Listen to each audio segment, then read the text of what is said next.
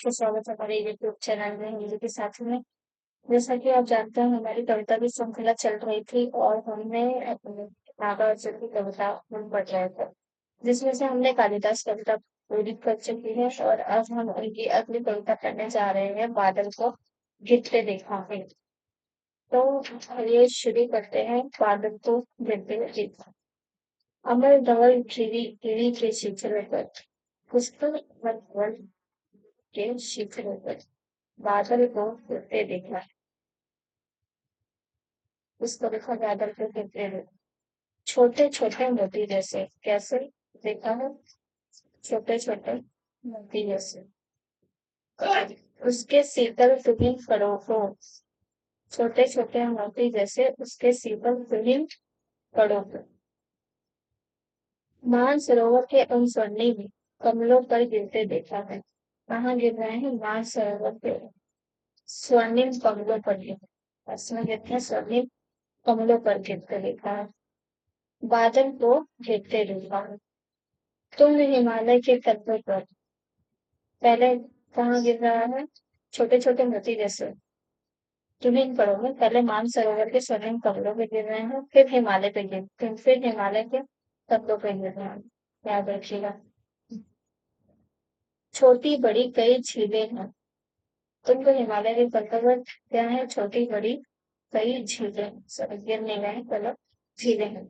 उनके श्यामल नील सलील में, उनके श्यामल नील सलील में, किसमें? हिमालय के कंधों पर बड़ी बड़ी जो झीलें हैं उनके सलील में समतल देशों से आकर, कौन से देशों से आकर? समतल देशों से आकर पावस की उमस से आकुल, इसमें पावस की उमस से आकुल तिक्कत मधुर तंतु खोजते खोजते क्या देखा? तिक्कत मधुर विष तंतु को खोजते कौन आ रहा है?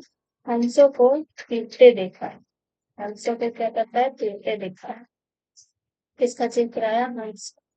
नोट कर लीजिएगा। और हंसों का चित्र कौन से कविता में पूछा जा सकता है? तो बादल को घेरते देखा है, वो नागार्जुन की कविता का चित्र है, आप ये कर सकते हैं।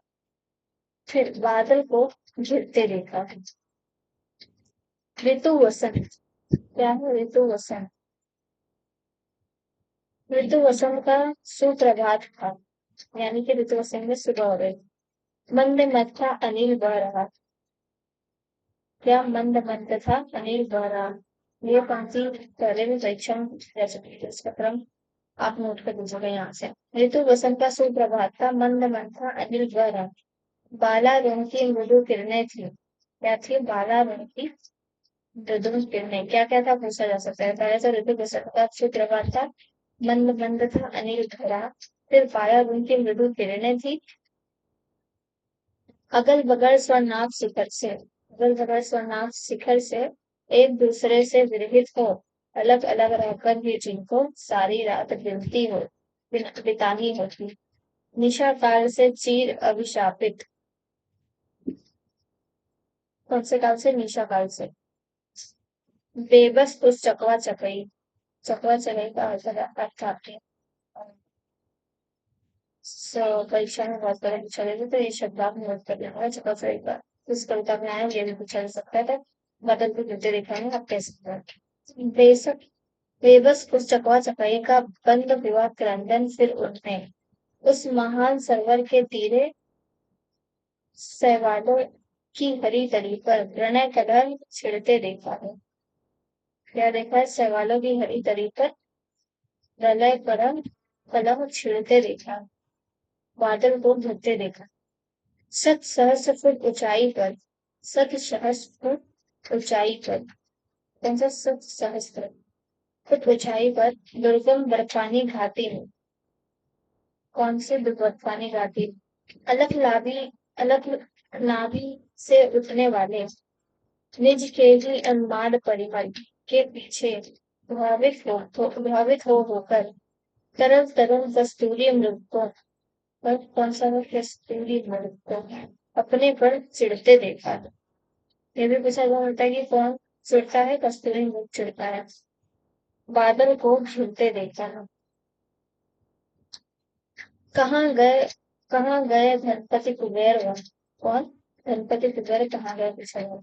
कहाँ गई उसकी वह अलका? गणपति कुबेर कौन है? अलका। नहीं ठिकाना कालिदास का। अब ये जो पंक्ति है आप इसे नोट कर लीजिएगा, ये इम्पोर्टेंट है। जब ये कालिदास नाम आया तो आप सीधे सीधे चले जाएंगे कालिदास का उतार, जबकि ये कालिदास से नहीं है, ये बादल के होते देखा से इम्पोर्टेंट पॉइंट है। नहीं ठिकाना कालिदास के व्योम प्रभावी गंगा जल का। ढूंढा ढूंढा बहुत किंतु लगा क्या? मेघदूत का पता कहीं पर। कौन सी कविता का जिक्र आ रहा है? मेघदूत का। मेघदूत कविता का जिक्र आ रहा है, इसे नोट कर लीजिएगा आप। क्या ढूंढा बहुत किंतु लगा क्या? मेघदूत का पता कहीं पर। कौन बताए वह छाया मैं, बरस पड़ा होगा ना यहीं पर। जाने दो, जाने दो वह कवि कल्पित था। वह कवि कैसा था? कल्पित था। मैंने तो भीषण जानों में नव नव चुंबी कैलाश शीर्ष पर।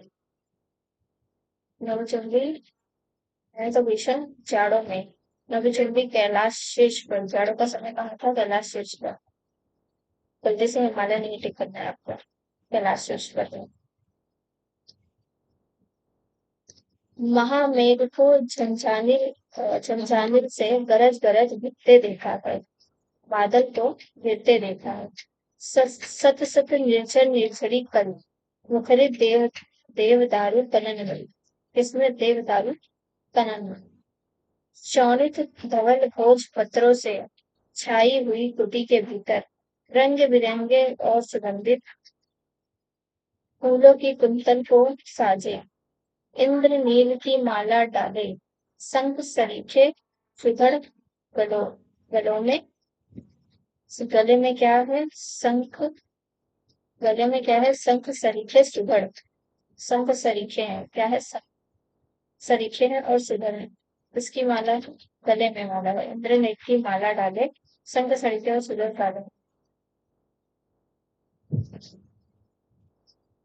कानों में कुबले लटकाए। कानों में क्या? पहले गले का जिक्र आया, फिर कानों में कुबले लटकाए। शतदल लाल कमल बेरी में। शतदल लाल कमल बेरी, पहले गालों में फिर कानों में फिर बेनी में। रजत रजित मणि खचित कला में, पान पात्र द्राक्षा द्राक्षासा पूरी रखे सामने अपने अपने लोहित चंदन की त्रिपटी पर। नरम निदार बाल कस्तूरी मृग छालों पर पलती मारे।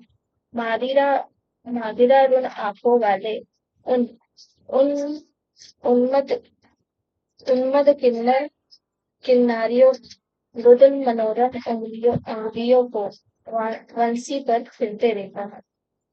रुदन मनोरथ अंगुलियों के किस पर? वंशी पर फिरते देखा है, बादल पर फिरते देखा है। तो दोस्तों, ये भी आपको ये कविता समझ आई होगी, जो कि जुमले कालिदास की रचनाओं पर ये कविता लिखी थी। तो और आप ये नोट कर लीजिएगा, ये इंपॉर्टेंट पॉइंट। पहले जब गले का जिक्र आया है, गले में क्या? शंख श्रीगंधी बने, कानों में कुंडल लटकाए हैं, और लाल कमल बेड़ी में। कौन सा कमल? लाल कमल। ठीक है, तो आपको ये कविता समझ आएगी। मिलते हैं अपने अगले वीडियो में। कृपया इसके इम्पोर्टेंट पॉइंट नोट करें, और परीक्षा के लिए बहुत उपयोगी है। अगली कविता हम नागार्जुन की पढ़ेंगे, अकाल और उसके बाद। तब तक के लिए धन्यवाद।